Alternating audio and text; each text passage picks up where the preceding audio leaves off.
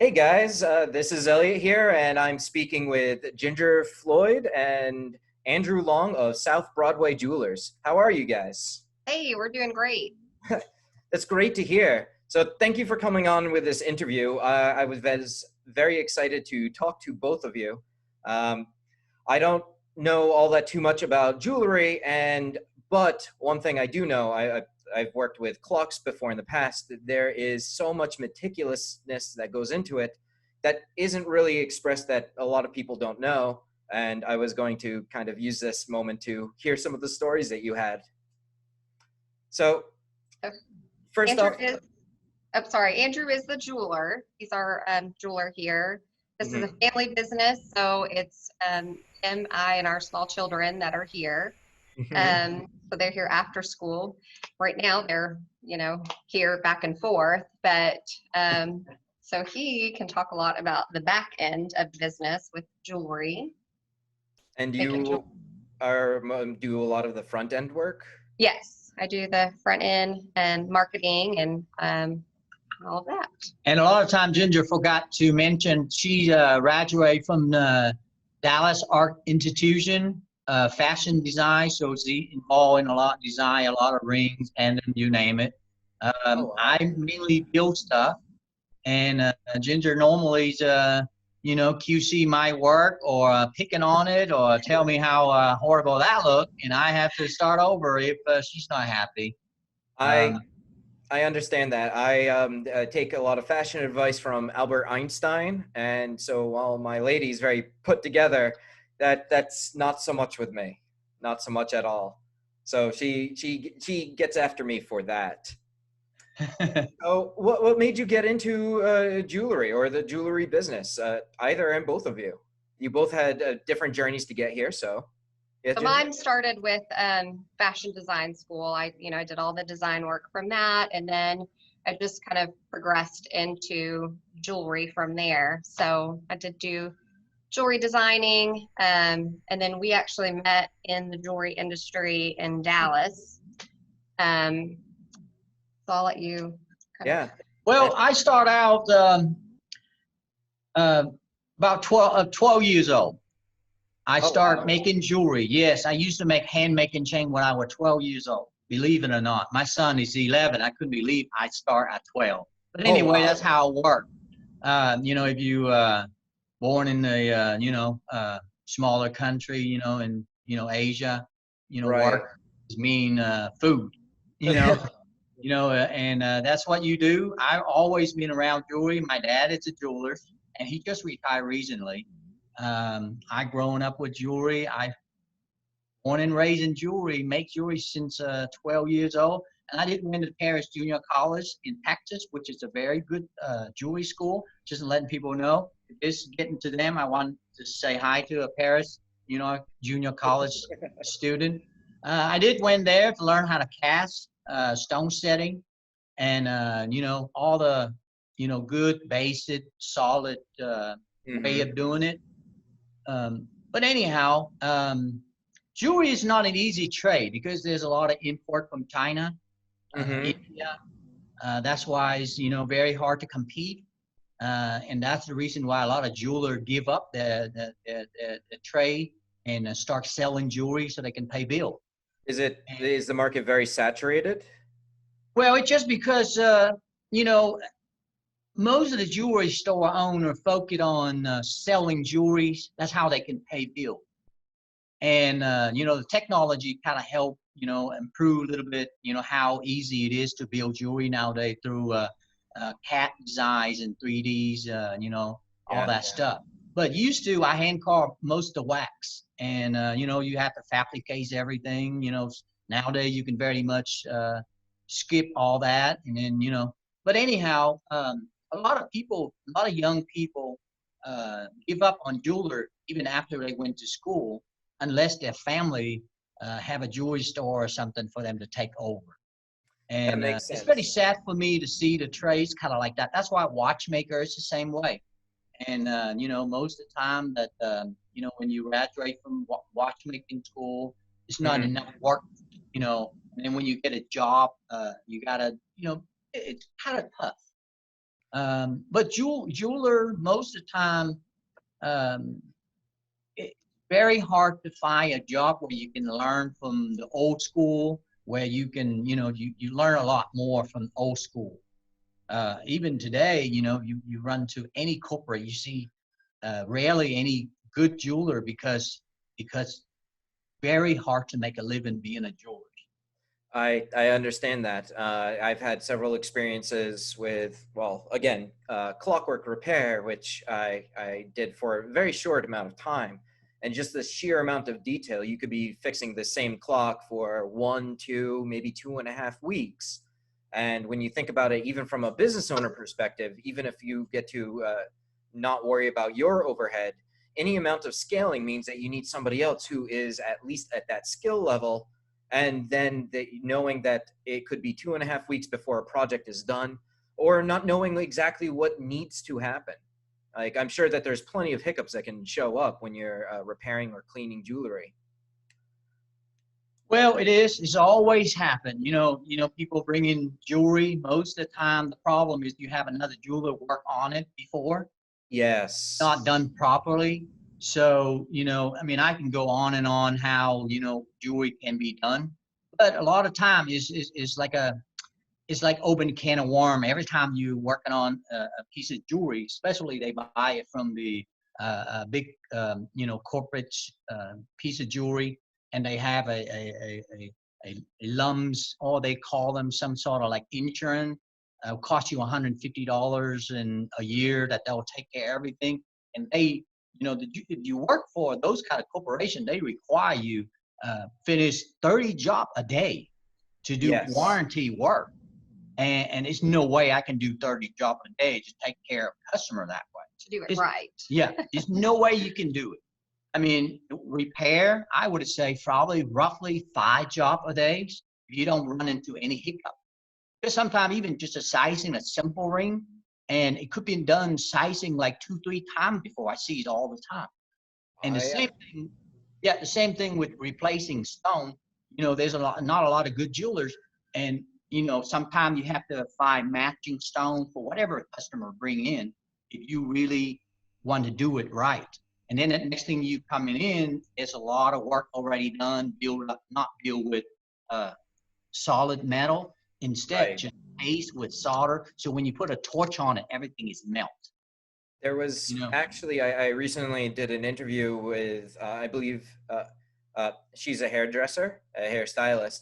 And I asked what advice that she might have. And she said, please don't try to do your own hair if you're doing anything complex, for exactly the same reason, because it takes almost more effort to fix things than Ginger, I see you nodding emphatically. Yes. About that. But it's true. She says, please don't, I understand, just wait a little while, and once everything happens, I will happily take care of things. But it can be more expensive. It can be more time consuming. And like you said, Andrew, it's a can of worms. You never know exactly what you're going to have to do immediately. You can give your best guess, but when it comes to jewelry, a lot of time when you work on a piece of jewelry, and like I say earlier, being a jeweler, knowing the trades, how the shop is being run or the lifestyle of the jeweler, or the way it's set up. Jewelers go from apprentice to master jewelers, and then you can see everything in between. And then a lot of time, even just when it comes to a piece of jewelry, everybody seems to find their own way of getting to the finish. And most of the time, that not really an easy way. Everybody try to take an easy way out. right. And a lot of time, other jewelers taking customer jewelry very much like not really valuable, like not sentimental towards the. When I work on a piece of jewelry, every time I always treat it like it's my mom or is my family piece of jewelry. So that way I have to get it done right every single time. And then another thing is very hard to fix somebody else's mistake. When the customer bring it in, it's always assumed it's only have one problem. And then the next thing you know is when you're working on somebody else, when you return, pretty much you own it. So, Right. and I cannot go back and say somebody else doing this, somebody else doing that. It's not like a car doing a bat bondo and bat paint job. You can always point it out right in front of her. You know, jewelry is so small, it's very hard, and then you kind of have to just, fix everybody else's mistake. Yup. And then sometimes, I doing this for a long time, and my dad taught me probably 5 years. I worked with my dad many times, and it's not an easy to work with your dad because a lot of time he will correct you, and but when it comes to the trades, I'm very sad most of the time when I see the jeweler every time. I mean, including where I'm at right now, I see a lady graduate from a Paris Junior College. I know she have all strong, basic skill that I can help her to the next level. But Yes. there's no way she can make a living. It's not enough demand job, and then you end up go work for Jared or Zale or something like that, and they want you to do very basic and and then every day that's what you do: polish, rhodium, place, and retip a couple of things and tighten the stone, and then you got to keep going and going, and it's just like never move up. I have a lot of the similar struggles with online marketing, in that a lot of people are looking for very easy fixes, or they just want to throw some money and then see growth, but that's not the same case. So my business operates in a very similar way, in that I guess the best way to put it is a sign that I saw over in Cape Cod once, which says, cheap fudge isn't good, good fudge isn't cheap. It's the same thing. We take a look at every single website and we make sure that everything's fixed, anything that's going to happen, and it's not going to be inexpensive. A lot of online marketing is also extremely saturated, and people just say, well, here's a couple easy things that we can do. Look, now you have more blog posts or more backlinks, and they don't stop and take the time to say, well, do they actually need this? And no, they're selling people on process, like, hey, I fixed your ring, not on the result. I fixed your ring well. And people aren't really thinking about that. It is not an easy thing. And then, when I work with salespeople, it's very hard to convince customer that, it's just very hard to tell somebody that they have their ring done wrong and it worked, because like I mentioned, a watchmaker is only way to make it right. Jeweler basically is like an art. And, it's so small, people don't really see it. If they don't miss in one stone, they're not going to know. If you size in a ring, they not, when you size a ring, it's supposed to look almost brand new, seamless, polished, and when you replace the stone, it has to match with what they have. When you replace a ruby, all the color need to match original. Every time you work on a piece of jewelry, it has to be perfectly matched or close 99% Shouldn't to be the able original. to tell where it's been worked on. Like it should just all look original, not like, oh, that was the stone that they worked on. You should never be able to tell. I had to go to a place to get my ring resized. I went to 3 different places, because I forgot that good fudge isn't cheap. And you know what? You guys are absolutely right. It was a Celtic knot. It was gold. And it wasn't going to be easy. And then afterwards, you can see where it didn't look like there was the same ring. It looked like somebody took 2 halves and it ended up being a very expensive fix, because again, like many other people, you undervalue exactly what goes in when somebody says, yeah, I can resize that. It's like, yes, but can you do it well? Yes. And another thing is, a lot of time when you're working on something, you quote people a certain amount of money to, do a repair. And then here you have to deal with it. You go to a Zales or, it's Zale or Gordon or some of those stores, and they sell us a ring for almost as much as you sell, or you try to fix their ring, and they make in China. I can't, jeweler. Sometimes it takes you, 3 hours to working on the ring. You can't compete with somebody in China or Indonesia, stuff like that. But, it's not an easy trade. Simple as that, because so much import, You know, I mean, you're talking about even Nordstrom nowadays selling jewelry. Actually, I had a client who asked my company to identify a website that he could purchase and build up and then flip later. It was a burgeoning market, and one of the websites that were potentials was a ring company that just would import it for sales completion or sale fulfillment, but it was very low quality prices, but the ROI was there. There's still a return, and he doesn't understand or that it was going to hurt a lot of local business people because they'd have it and then it would break, and then the person would be upset, and then they wouldn't trust other jewelers, they wouldn't trust other ring makers. They just don't understand. Same thing with online marketing. They've been burned by a lot of online marketers, and almost anybody with an internet connection and a laptop can say, hey, I'm an expert digital marketer. And that's not necessarily the case. They don't take the time to actually think about it. They think they just have to make a sale. They don't have to go through the rest of the process. And that's where a lot of these schisms end up happening.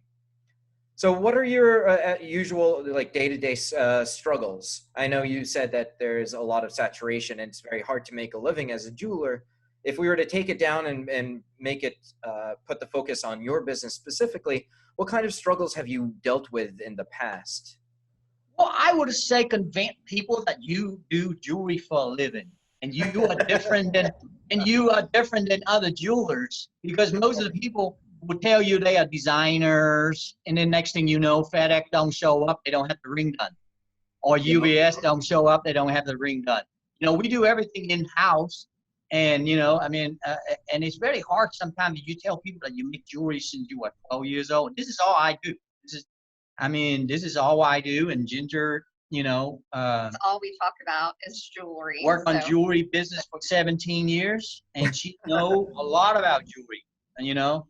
But, you know, and you also, how are you going to tell the difference between yourselves and everybody else in the town? Tell everybody else they are a designer and the best, and they are the best. And you know, like I said, they can't even polish the ring properly. You know, yes, they can't even polish the ring properly, and they can't even, you know, I mean, when you see, it's just very hard to convince people that's what you do and you know everything. I know jewelry so much, it probably takes all day to let it out.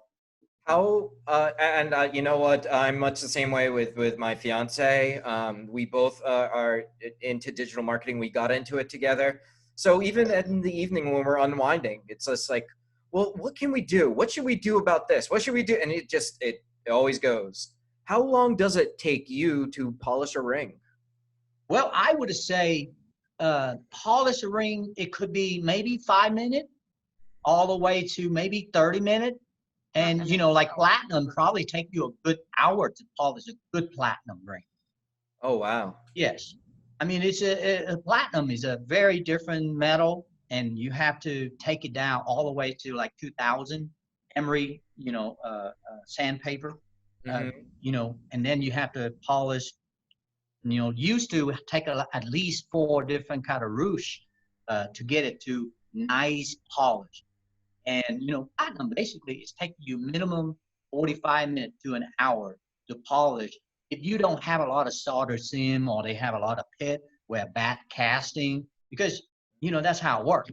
And if you want to do a really nice polish, it probably take you a good hour to polish platinum. But, you know, like a easy 14 karat ring with a simple chain, you know, it should be taking, you know, less than 10 minutes to do it. But the thing is, you have to tighten stone. And then you have to make sure that if somebody didn't size it before and you see a crack coming out, and then you have to fix it, because when a customer coming in wants you to polish something, next thing you know, you bring it back, and, you know, the ring have a line underneath where she have somebody size it wrong, and then you got to fix that. And then sometimes just have a lot of pits and holes. And, you know, you talk to a jeweler, they'll tell you that. Let you go out there and you're lucky the ladies just love it, didn't even look. But if somebody picky, and then she'll go on the internet and tell you how horrible you are, and you know, and it's a very easy thing. Polish is a common, easy thing to do, but when you lose the stone, and here you are, you got to go out there and tell the customer, oh, I lose one stone in the cleaner, and she'll be freaking out. That's another thing that you have to deal with all the Yeah. time.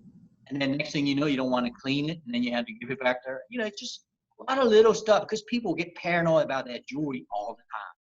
You know. Before this interview, for everybody watching, Irie shared a story prior about how I was taking apart a clock, and I forgot to set it so that the springs wouldn't bust out. So I loosened it just enough that it broke. All the gears were suddenly bent, and that's a very expensive fix. The gears, some of them needed to be refabricated. That's a very expensive fix. So all of these things that are going on and are happening, they are very, very real situations that you're going to find yourself in. And yes, the other person will end up being upset or freaking out. And it ultimately comes down to you. I know myself with my business, it'll get in my head and I will stress out about it for the next forever until it's better and the person's happy. But I take it very personally. Like I want happy clients. And if I can tell that somebody's not going to, if they're going to be a problem, or if they're arguing on price, not on value, I know then that I'm probably not going to be a great fit for a lot of what they're looking for. And Ginger, just to also take it, since Andrew, you said that a lot of the difficulty is convincing people that you're a jeweler and that's what you do for a living. Since you handle a lot of the front end and marketing side, what kind of struggles do you also have?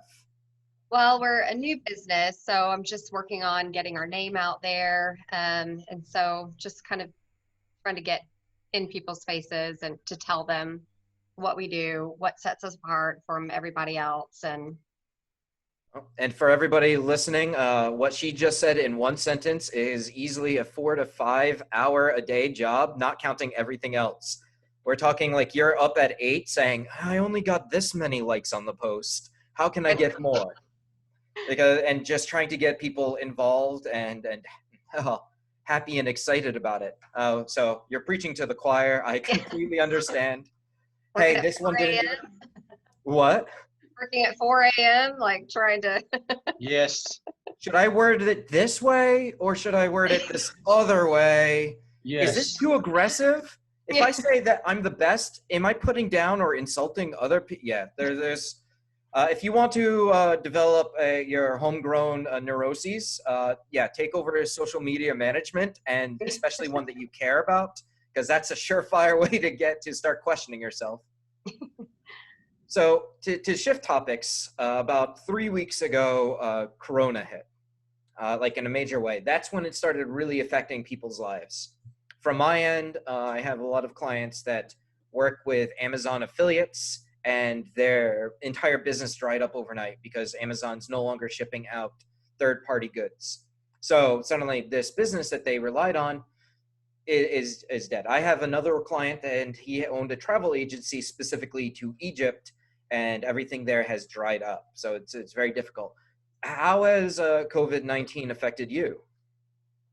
Well, I would say since we're new, we had just kind of started getting into a good pace, and then everything got shut down. So it kind of put everything to a halt, and it's making it really hard to get new people in because obviously we can't have people in the store. So we're trying to switch gears and do everything like on virtual showroom, which is new to me. I feel like a QVC salesperson doing that. So it's totally new for me.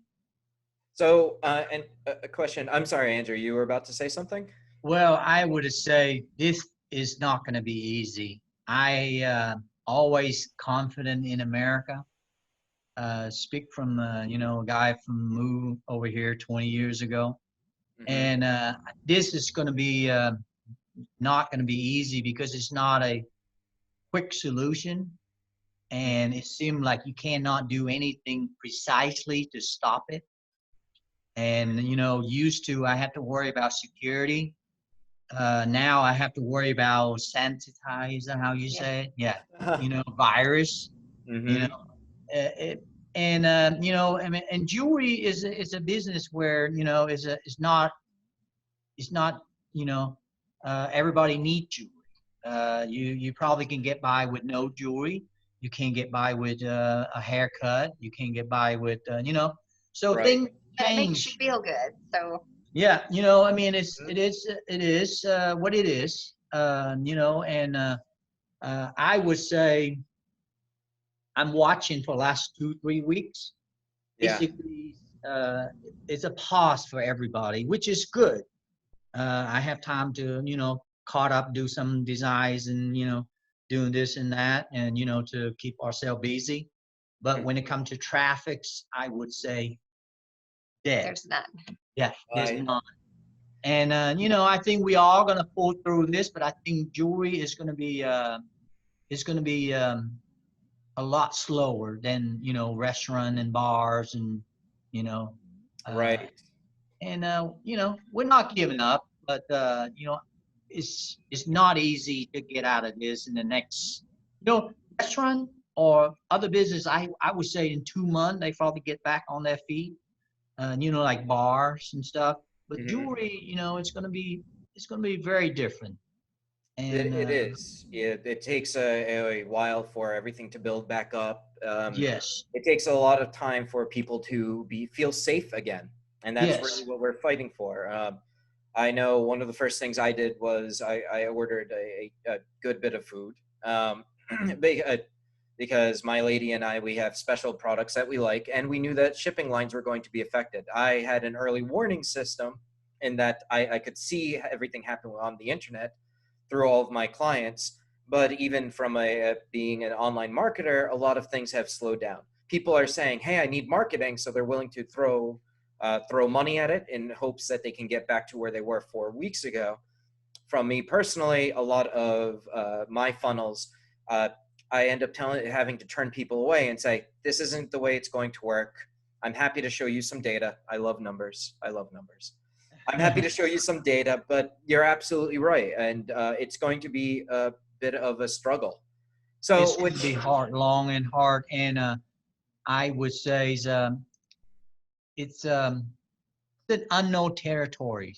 It's not yeah, like a hurricane or a tornadoes or flood where you can fix it. This thing, it seemed to me that it's probably will never end because it take one person from Canada come here or from Mexico or China or anybody just landed and get infected 2 days ago, didn't know anything about it, and next thing you know, 10 people have it, and you start new circle again. You know. I'm Um, a very social person, and I was yes. a speaker at a digital marketing convention over in California. When I came back was right when it was happening. I was in all the hot spots. I was Right. in a room with 120 people. The first thing that happened was my lady got sick, not with COVID, but it certainly made a lot of awareness because I always say, "Hey, we need to protect Kevin Bacon," and everybody's 6 degrees away from him. Then I found out that Kevin Bacon made that joke. Uh, I joked first, but it's true. Everybody needs to be aware. Like, it's not me, it's not you. It's people that you go and high five. It's the male person. yeah. I have somebody who lives in my neighborhood who's a sheriff for Smith County. Hopefully, I'll be able to chat with him at some point. But he's self-isolating because he works with everybody so much. Yeah. So, what's something that we can do to help you, to help support your business? Well, to be honest with you, at this point, I have no idea. I mean, we're Uh, doing a virtual showroom. So if people still have birthdays and anniversaries, want to get engaged, Mm, um, our shop is still open. He can still I mean, we are make full. stuff Yes. for you. We can ship it. We can do curbside delivery. I can be the QVC sales lady and, do the virtual Yeah, we talk about that. showroom and help you out. We do complimentary gift wrapping. The biggest part of our business is service. It's one of the biggest parts is service. We do a lot of repairs, and so obviously right now that's kind of a struggle. But we can still custom make stuff. We can use your old gold and turn it into something new. So we can set that up through a virtual appointment and then curbside pick it up and then make something with that for See, people as well. See, that's what happened. Ginger is sales. That's her job. I just fix drinks, so I'm not very good at sales. So I got a little bit, discouraged what's going on. Mm, It's I still have job to do, for, since yeah. we, before we close. And sometimes you got choked up because you don't know what's tomorrow, Yeah. for sure. But we can do almost anything. We can do almost anything. One thing I'm very glad that, we kind of knew and we kind of prepare for the storm, but we didn't know this storm is This big of coming. a storm. Yes. So, Right. I mean, basically we did. We paid off, cars and credit cards and this and that, so we can start the business. So we won't have to worry about a lot of other things. So we focus here, and we wait until the kid go to school, so you can, no daycare, stuff like that. But we still making stuff. Yes, we do. We make inventory. We still have some good friend that will support us. Any customer who And wants jewelry business is going to anything. change a lot too. And I figure people are going to start wearing masks and, ring that been make, in good time. It's probably going to change the ring we'll make in a bad time where not a lot of detail. So it's easier to clean. And, there's a lot of things it's going to change. Jewelry change based on lifestyle, culture. You see a piece of jewelry made in Thailand, totally making them different than making in America. And in that time, you see jewelry is a different kind of metal, smaller or thicker, like a nugget, years is gone. Hmm. And sometimes real simple ring make in Europe. In America, maybe, double halos and a lot of millies and stuff like that. So things going to change for probably next 5 years. And, I would say I have my hopes up. I grow up in a third world country and people Mm. still buy jewelry. I'm not concerned. But what's really concerned is when it's going to start. And jewelry business, I have to change battery. Like today, I shortened the band, the watch band for guys. And I feel really, really sad because I can't shake his hand. I can, it's just, I told the guy I have to put it in a Ziploc bag so I can use gloves and all that stuff to shorten it for him. And, it's a sad thing and, how I see it, you know what I mean?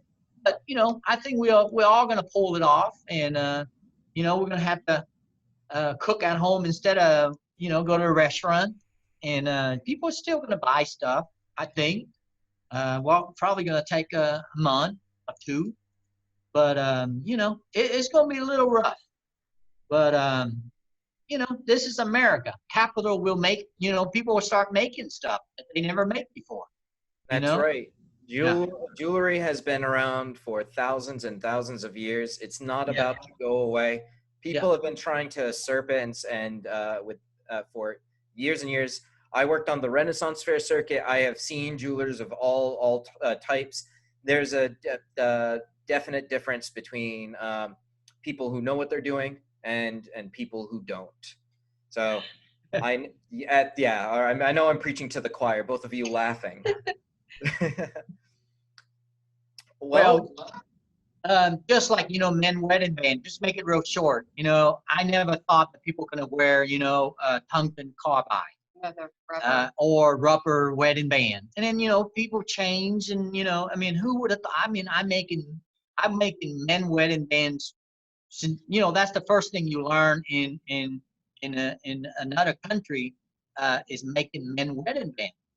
That's a basic man ring that you can make when you start to learn how to make jewelry. They'll make you make men wedding band all day long because it's involved bending and shaping and soldering. Real simple solder, very thick metal to solder. You can't fail solder, and you just put more solder until it's soldered together, right? So I see America, here last 20 years, tungsten carbides, steel, my dad always said, might just go to a AutoZone and get one, while you go to a jewelry store and get one of those.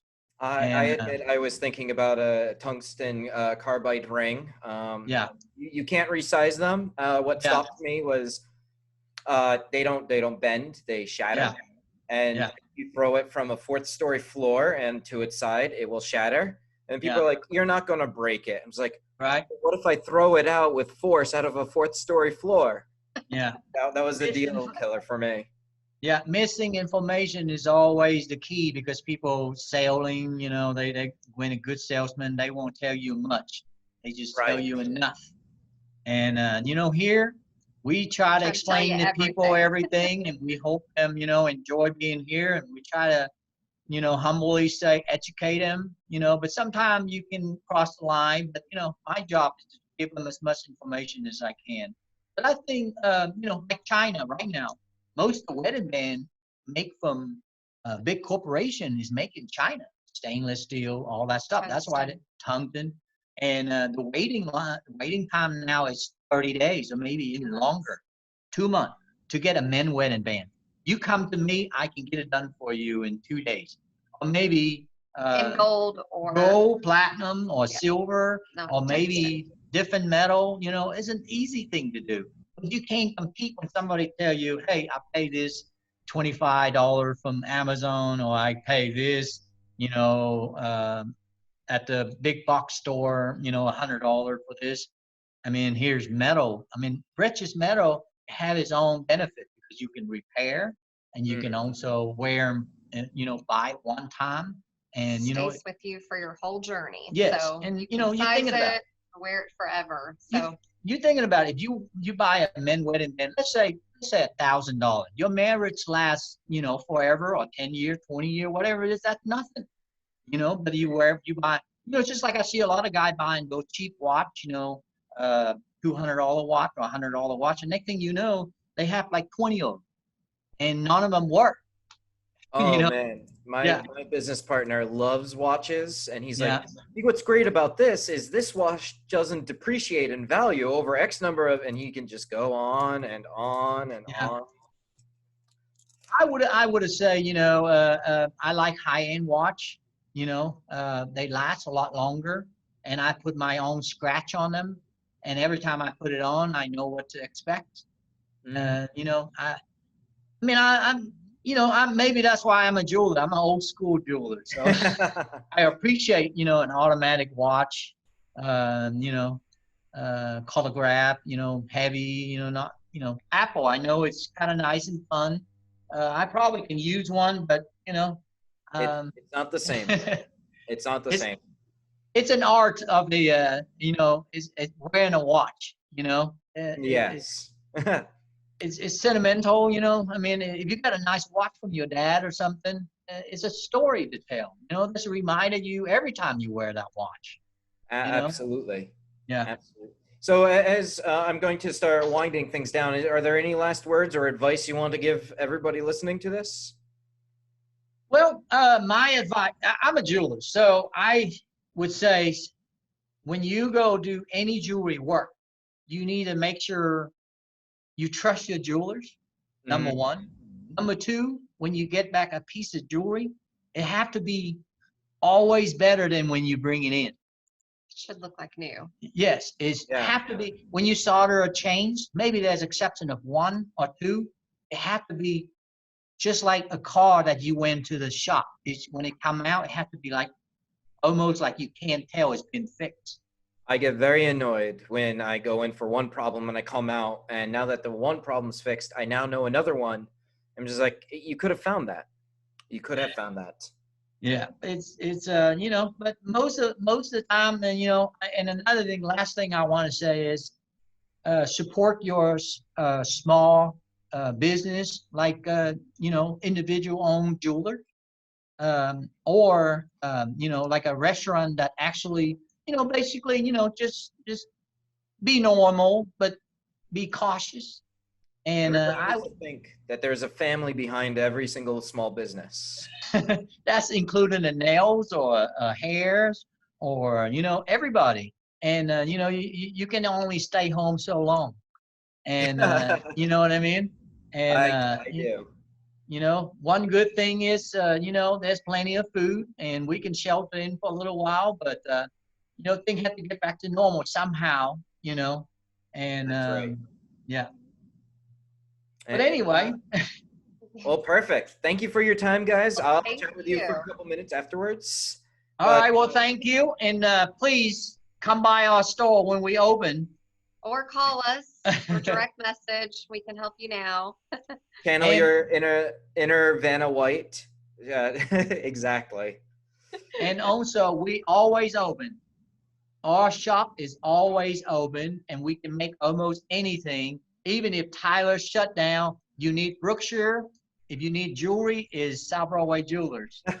And, and if you come in to get simple sizing or simple work, you always get done by master jeweler or very experienced jeweler and not from apprentice, you know, just to, you know, and it's always done by me or somebody that I have to qualify or been tested by me, you know, not going to be, you know, everything you bring it in is going to take very serious. That's how it is. Thank you very much, guys. Thank All right. Well, thank you. All righty. Thank you.